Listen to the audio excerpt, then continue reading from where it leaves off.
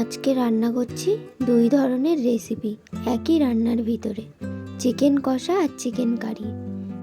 মাংসটাকে এবার ম্যারিনেট করছি সব রকমের মশলা অল্প পরিমাণে দিয়ে।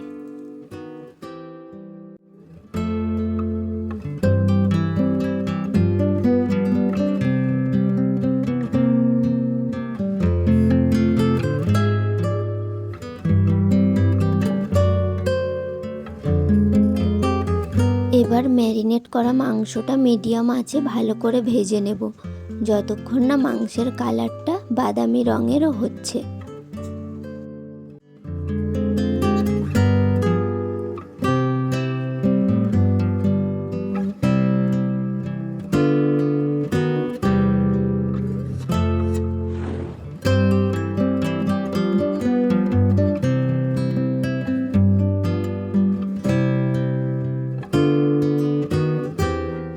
মাংসটা এবার তুলে নিচ্ছি। কালারটা দেখেই বোঝা যাচ্ছে সুন্দরভাবে ভাজা হয়ে গেছে।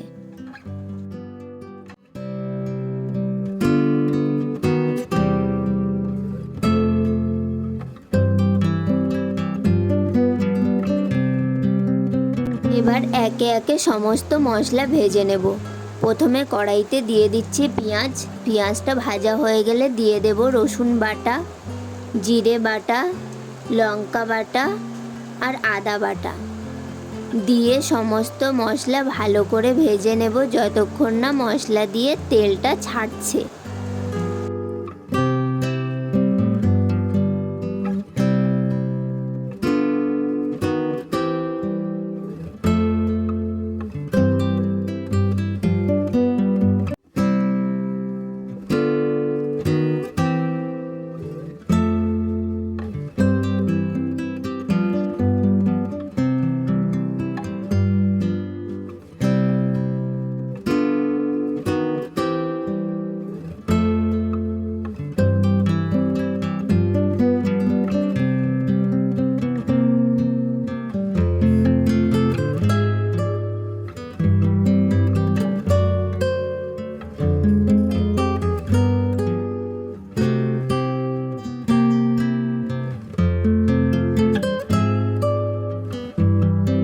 মশলাটা ভালোভাবে কষানো হয়ে গেছে।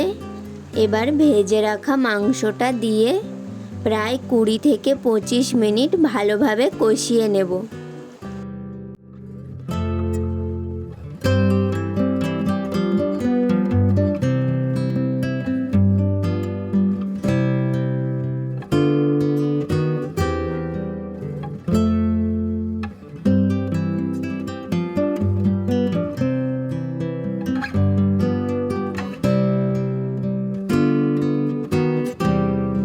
দেখতেই পাচ্ছেন মাংসটা সুন্দরভাবে কষানো হয়ে গেছে। এর থেকে কয়েক পিস মাংস তুলে নিচ্ছি। আমাদের প্রথম রেসিপি চিকেন কষা রেডি। এবার বানাবো দ্বিতীয় রেসিপি।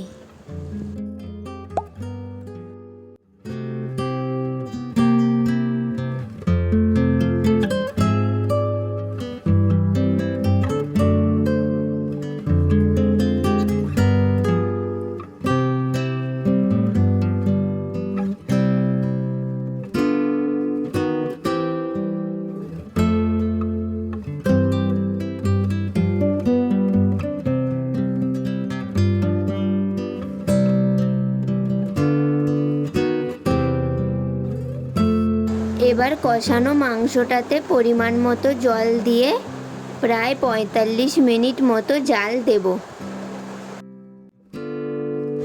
এই রেসিপিটি যদি আপনাদের ভালো লেগে থাকে তাহলে একটা লাইক ও সাবস্ক্রাইব করে পাশে থাকবেন।